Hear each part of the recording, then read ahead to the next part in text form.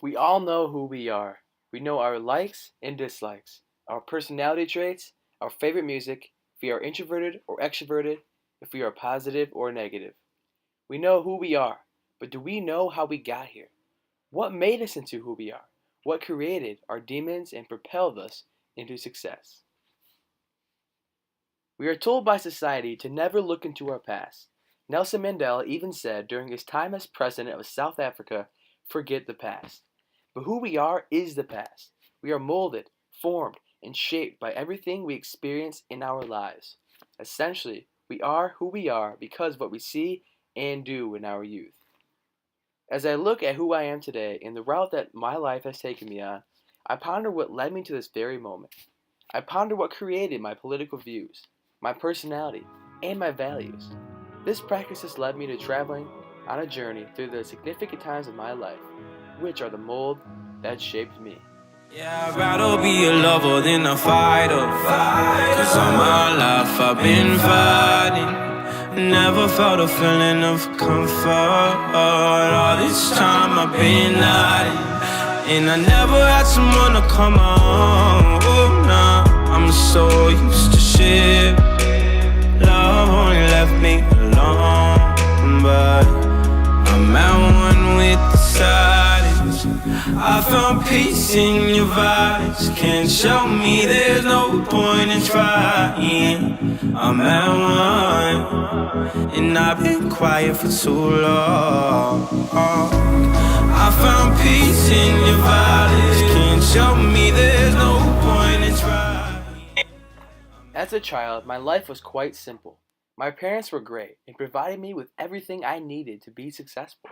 I was involved in a lot of athletics. I loved going to school and had a great group of friends. The first 12 years of my life did not really involve any events that caused trauma or altered my thinking. I really just became a person who loved life and had a positive attitude about nearly everything. However, this life, blind to the pains and aches of the world, soon faded away. Cancer became a word that I was used to hearing.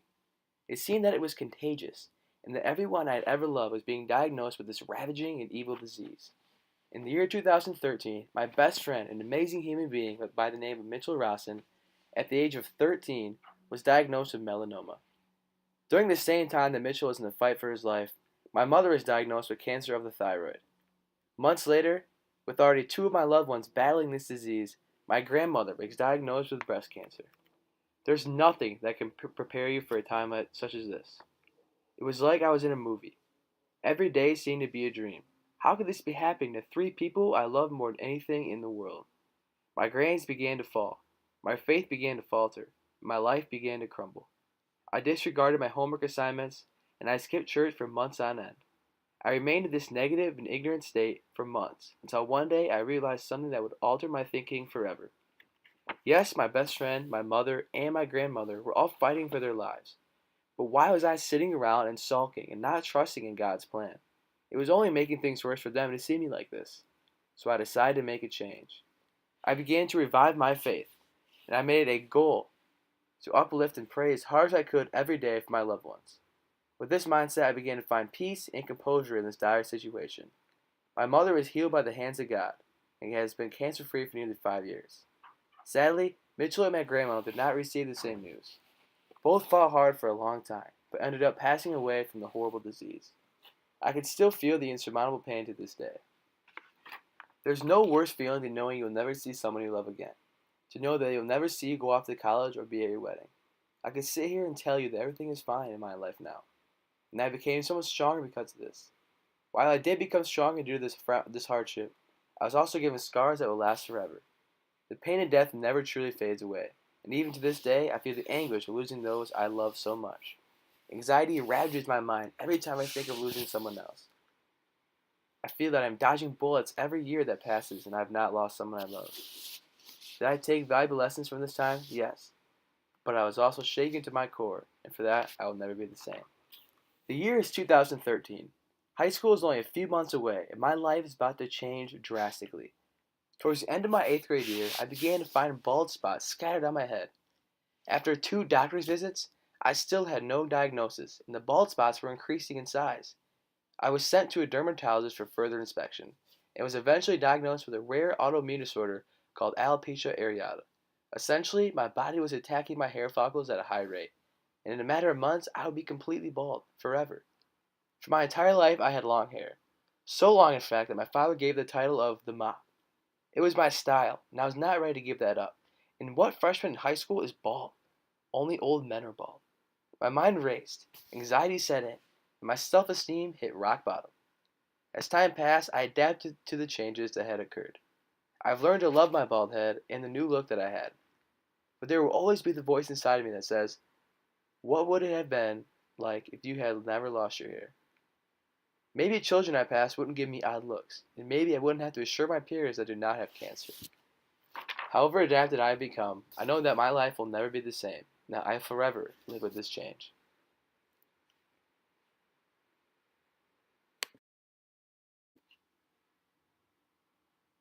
There really is no scarier time in life than knowing you will be leaving your family and friends behind in search for higher education.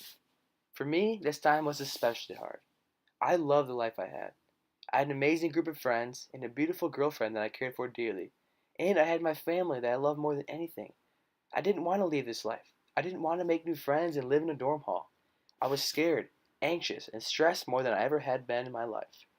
As my senior year began, I noticed that my mental state had changed in a way I had never experienced before. My stress began affecting my eating habits. Food became my biggest fear. I skipped meals daily and counted my calories as if I was playing golf. The lowest score wins. For months I deprived myself of food, going even days sometimes without eating. Nearly 2 months later, I had lost 15 pounds and was dangerously underweight. My body was at war with itself every day. My stomach wanted food, but my mind told me that it would make me fat. This began a long and cynical cycle of binge eating and forcing myself to throw up. I would eat and eat and eat until I felt sick to my stomach. My mind began to stress as I would shake with anxiety, and in response, I forced myself to throw the food up. I was as lost as I'd ever been in my life. I had lost all connection with my religion, and I was very depressed. This is what many would call rock bottom. After dealing with the eating disorder for nearly 6 months, I decided to get help. I began to see a therapist and a nutritionist to bring my body back to full health. Over a year has passed, and as I sit here and talk to you now, I can honestly say that I am still not the same. There are no words to describe the pain and anxiety of depression. There are no words to explain the ultimate pain and regret of sticking your fingers in your throat to regurgitate up a salad. My mind and body will never be the same. I will forever have anxiety over food, and who knows if I will ever be able to recover physically. But if there are any positives in this situation, there's this. Even though I'll have anxious thoughts and have the urge to not eat the last bread roll, I will know that this is the demons talking, and all I need to do is shut them out. Life is far from easy. One moment you seem to have it all figured out. In a snap of fingers, you can be blindsided by something that will alter your life forever. We all know the cliche quotes and sayings that tell you to keep pushing, and what doesn't kill you makes you stronger. And while these are helpful mementos to hold in the back of your head during tough times, there is absolutely no words, quotes, or philosophers that can take away the gut-wrenching pain of death or the disoriented state of depression. The events that I went through forever changed who I am. In many ways, it made me stronger, more attentive to life, and more grateful for the many gifts I have. But it also is a constant reminder that life isn't always a pretty picture, and the many trials and tribulations that will come our way, we simply have to face. Just waking up in the morning and to be well. Quite honest with you, I ain't really sleep well. You ever feel like your train of thought's been derailed? That's when you press on, lean in. Half the population just waiting to see me fail. Yeah, right, you better off trying to freeze hell. Some of us do it for the females, and others do it for the retail. But I do it for the kids, life through the time we're in on. Every time you fall, it's only making your chin strong.